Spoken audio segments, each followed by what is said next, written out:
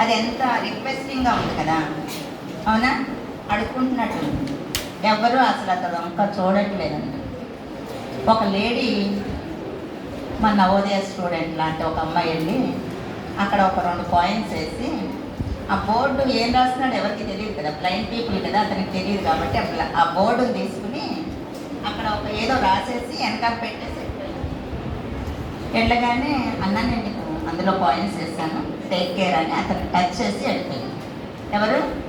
మన నవోదయ అమ్మాయి. వెళ్ళేసరికి ఒక్కొక్కడు అసలు కంటిన్యూ ఆ బౌల్ నిండిపోయింది. 2వ బౌల్ పెట్టమని అడుగుతున్నారండి.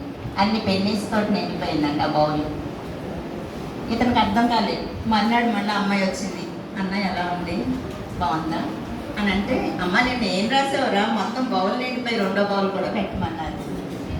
సేమ్ వర్డ్స్ని అమ్మాయి చేంజ్ చేసి రాయడం జరిగింది. ఏమని రాసింది? Today is very beautiful but I can't see, please help me అని కూడా రాయలేదు, బికాజ్ ఆఫ్ ఐఎమ్ బ్లైండ్. దానివల్ల ఏం జరిగింది? ఓన్లీ వర్డ్ అంతే.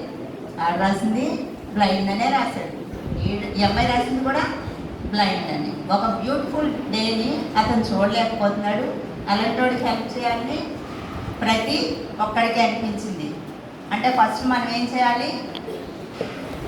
మన వర్డింగ్ మార్చుకోవాలి.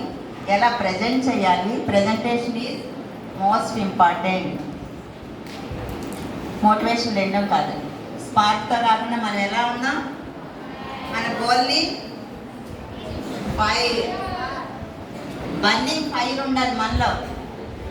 నెక్స్ట్ వచ్చేసరికి క్లాస్ ఫస్ట్ ఎవరు అని అంటే పాతోడిని చూపించొద్దు, వాడికంటే మనం ముందుకెళ్తాం.